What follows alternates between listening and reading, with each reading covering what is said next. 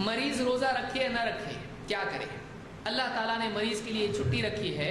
اللہ نے فرمایا فَمَنْ كَانَ مِنْكُمْ مَرِيضًا أَوْ عَلَى سَفَرٍ فَعِدَّةٌ مِنْ أَيَّامٍ أُخَرَ، لہٰذا جو کوئی تم میں سے مریض ہو یا سفر پر ہو تو وہ اپنے روزوں کی گنتی دوسرے دنوں میں پوری کرے۔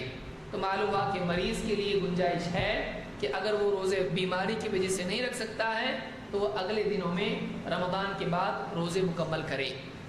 اور آگے اللہ نے فرمایا وَعَلَى الَّذِينَ يُطِيقُونَهُ فِدْيَةٌ طَعَامُ مِسْكِينٍ، اور وہ لوگ جن کو بہت تکلیف ہوتی ہے وہ ایک مسکین کا کھانا بطور فدیہ دیں۔ یہ سورہ البقرہ کی آیت نمبر 184 ہے۔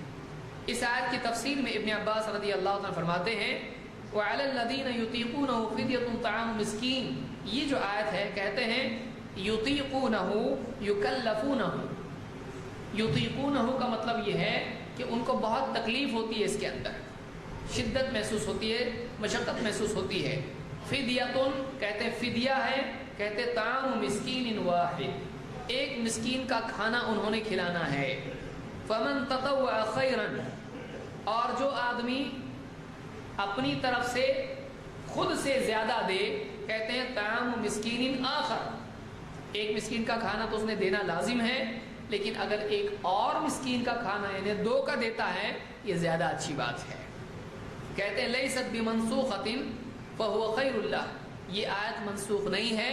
کہتے ہیں کہ وَأَن تَصُومُوا خَيْرٌ لَكُمْ لَا يُرَخَّصْ فِي هَذَا إِلَّا لِلَّذِي لَا يُطِيقُ الصِّيَامَ أَوْ مَرِيضٍ لَا يُشْفَى، کہتے ہیں کہ اس میں وہ شخص مراد ہے کہ جو آدمی روزے کی بالکل طاقت نہیں رکھتا ہے، ایک دم اتنا کمزور ہے کہ نہیں رکھ سکتا ہے روزہ، یا وہ آدمی جو ایسا مریض ہے جس کو شفا نہیں ہے، ایسا مریض جس کے بارے میں ڈاکٹر بول چکا ہے کہ اب یہ ایسے ہی رہیں گے، جس کی شفا کی امید نہیں ہے۔